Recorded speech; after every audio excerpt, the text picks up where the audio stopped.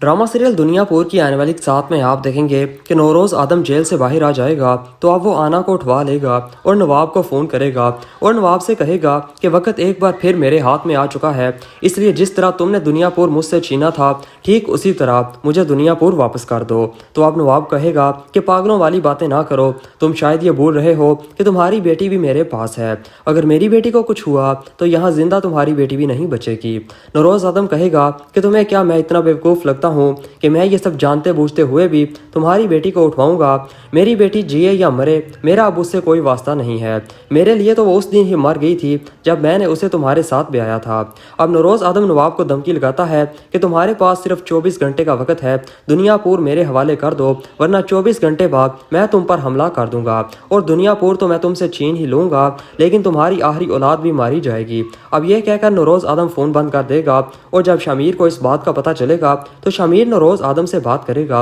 और उसे समझाएगा कि ऐसा ना करें, वो बेटी है आपकी, आप उसकी जान की कुर्बानी देकर दुनियापुर को क्यों हासिल कर रहे हैं। आप जेल से बाहर आ गए हैं, मैं आपके साथ हूँ और अगर ऊपर वाले ने चाहा तो हम दुनियापुर को पहले की तरह दोबारा हासिल कर लेंगे। लेकिन नौरोज़ आदम शमीर की एक नहीं सुनेगा। तो अब शमीर रात के अंधेरे में आना के पास जाएगा और उसे कहेगा कि चलो मैं यहाँ तुम्हें छुड़वाने आया हूँ, अगर तुम सुबह तक यहाँ रही तो तुम मारी जाओगी। साहब के अंदर इस वक्त बदले की आग जल रही है, वो अब किसी को नहीं छोड़ेंगे। तो अब आना शमीर की इस मदद से बड़ी इंप्रेस होगी और शमीर से कहेगी कि तुम मेरी जान क्यों बचाना चाहते हो, मैं तुम्हारी दुश्मन हूँ, तुम्हारी बहन हमारे कब्जे में है और अगर तुम चाहो तो तुम मेरे ज़रिए अपनी बहन को भी छुड़वा सकते हो। तो अब शमीर आना से कहेगा कि मेरे भी कुछ असूल हैं, मैं कमज़ोर पर जोर नहीं चलाता और इस वक्त तुम मेरे सामने कमज़ोर और बेबस हो और अगर मैंने तुम्हें मारना हुआ तो मैं तुम्हें तब मारूंगा जब तुम भी पावर में होगी। और वैसे भी एक दफ़ा तुमने भी मुझे ज़िंदा छोड़कर मुझ पर एहसान किया था,